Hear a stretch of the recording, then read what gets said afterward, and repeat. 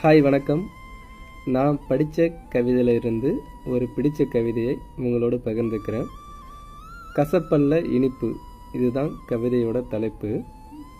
அந்த விதை பாகற்காய் கசக்கத்தான் செய்யும், அந்த விதை பாகற்காய் கசக்கத்தான் செய்யும். சீச்சி கசக்கிறது என்று விலகினாலும் சரி விளக்கினாலும் சரி, கசப்பும் ஒரு சுவை.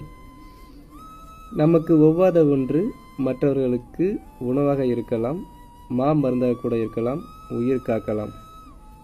உள்ளே கசப்பும் வெளியே இனிப்பும் காட்டும் கண்கட்டி வித்தைக்காரர்களுக்கு முன்னே தன் சுயம் காட்டும் பாகற்காய் கசப்பல்ல இனிப்பு. உள்ளே கசப்பும் வெளியே இனிப்பும் காட்டும் கண்கட்டி வித்தைக்காரர்களுக்கு முன்னே தன் சுயம் காட்டும் பாகற்காய் கசப்பல்ல இனிப்பு அப்படின்னு அழகாக முடிச்சிருக்காரு.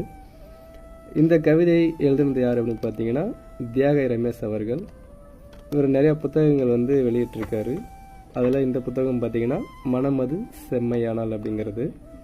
வாய்ப்பு கிடைச்சா படிங்க. ரொம்ப நன்றி.